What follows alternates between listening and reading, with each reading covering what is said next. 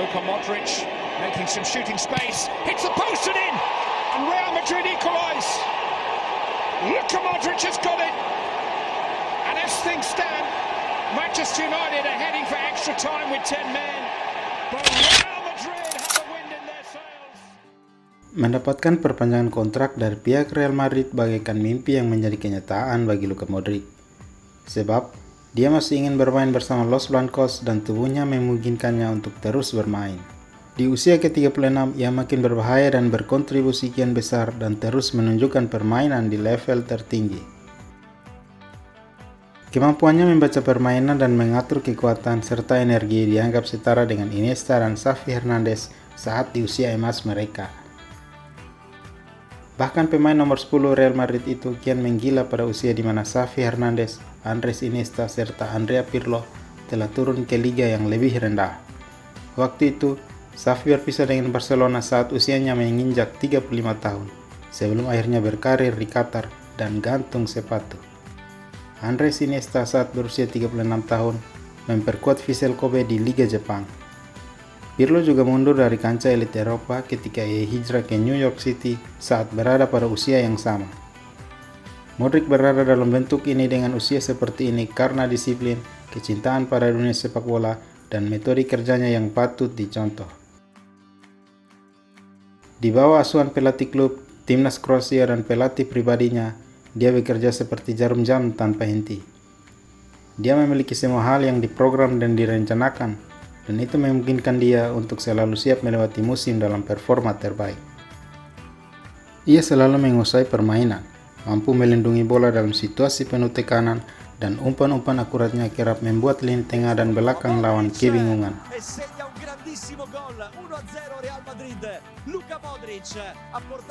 Ketika semua pemain seolah tergesa-gesa menyerang ke area lawan begitu kaki menyentuh bola, Modric justru memberikan napas pada sepak bola itu sendiri. Ia membaca denyut nadi pertandingan, memahaminya, dan kemudian mengendalikannya.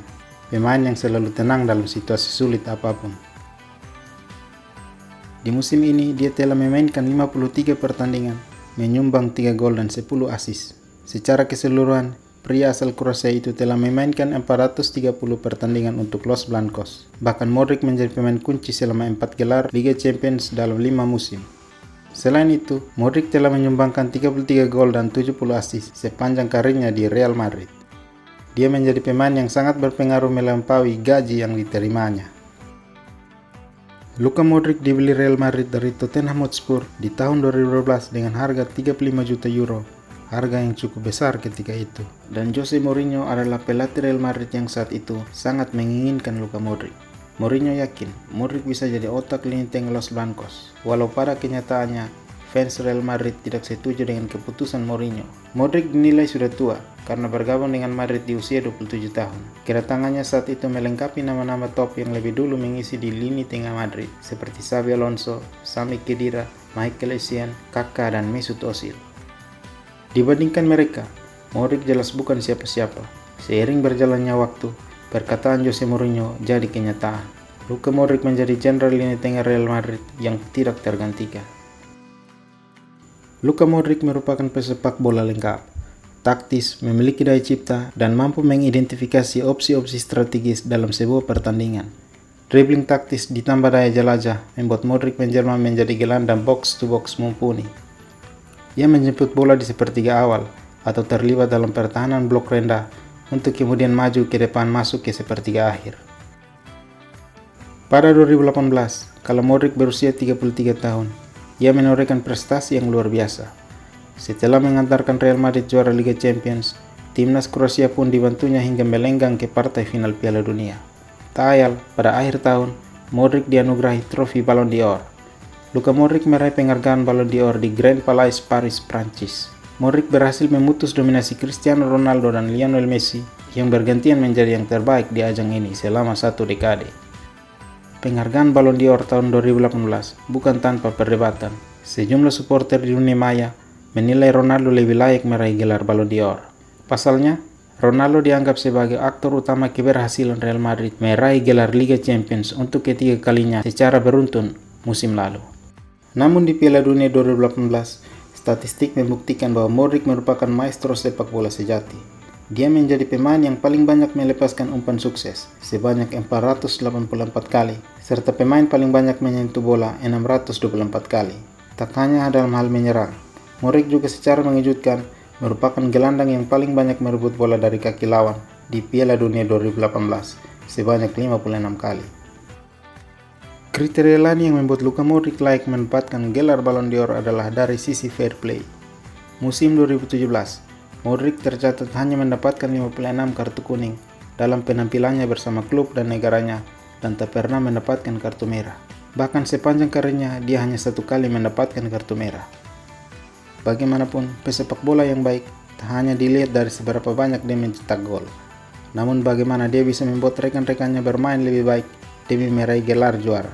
Karena itu tak heran jika pengaruh Luka Modric membuat banyak jurnalis menilainya layak meraih gelar Ballon d'Or 2018. Kontribusi Modric yang semakin besar tentu tidak bisa dilepaskan oleh gaya bermain yang coba diubah oleh Ancelotti. Sejak kembali melatih Madrid awal musim itu, Ancelotti tidak melakukan perubahan besar. Ia selalu bisa menyesuaikan taktik dengan bahan baku serta beragam kondisi yang ada dalam skuad. Pola 4-3-3 digunakan dengan mengandalkan trio Modric, Casemiro, dan Toni Kroos di lini tengah. Dari ketiganya, hanya Modric yang diberi tugas sedikit berbeda.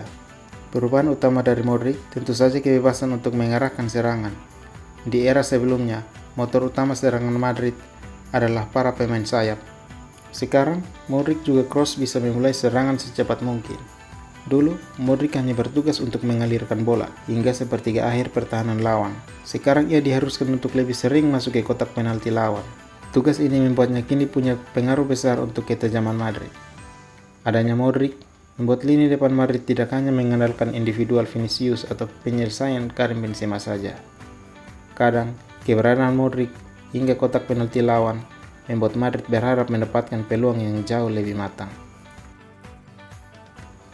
Dedikasi dan loyalitas yang ia berikan bagi Real Madrid tak heran membuat fans begitu mencintainya. Apapun yang akan terjadi di akhir perpanjangan kontrak pada musim depan, tak akan mengurangi nilai Luka Modric sebagai legenda yang pernah ada dan ingin tetap tinggal di Santiago Bernabeu.